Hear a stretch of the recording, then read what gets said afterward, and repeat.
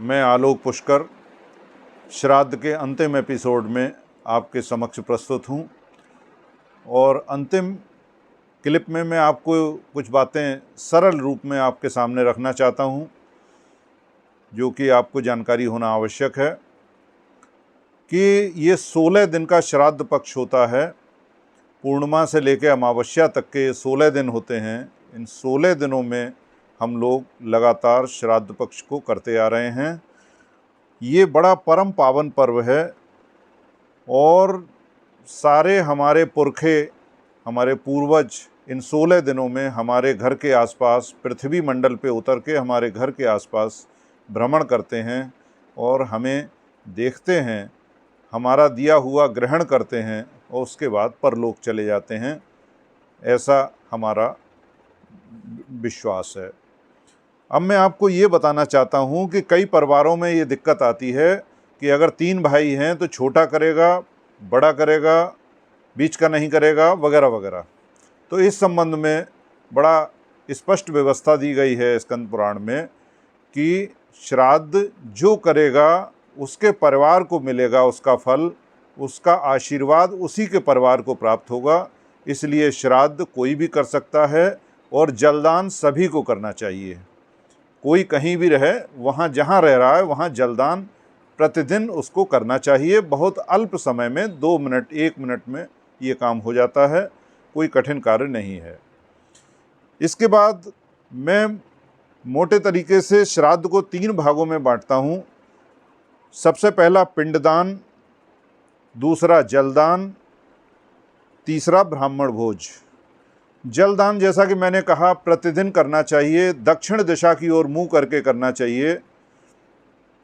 दक्षिण दिशा में मुंह होने के बाद ऐसा माना जाता है कि हमारे पूर्वज जो हैं, पुरखे दक्षिण दिशा में ही ग्रहण करते हैं, इसलिए दक्षिण में करना चाहिए।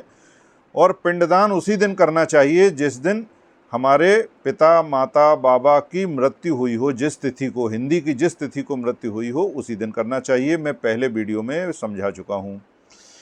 और पिंडदान जिसकी तिथि मालूम न हो या अकाल मृत्यु हो या और भी बातें हों तो उसका पिंडदान आखिरी दिन, श्राद्ध के अंतिम तिथि अमावस्या के दिन किया जाता है। भूले बिसरे, अज्ञात, जिनको आप भी नहीं जानते, आपके पुरखे रहे हैं लेकिन दायित्व तो आपका बनता है, ऐसे बहुत से लोग होते हैं, वो भी आपसे उम्मीदें लगाए बैठे होते हैं इन 16 दिनों में। तो उन सभी का सामूहिक श्राद्ध अमावस्या यानी अंतिम दिन कर दिया जाता है। इस बार यह तिथि 2 अक्टूबर को पड़ रही है।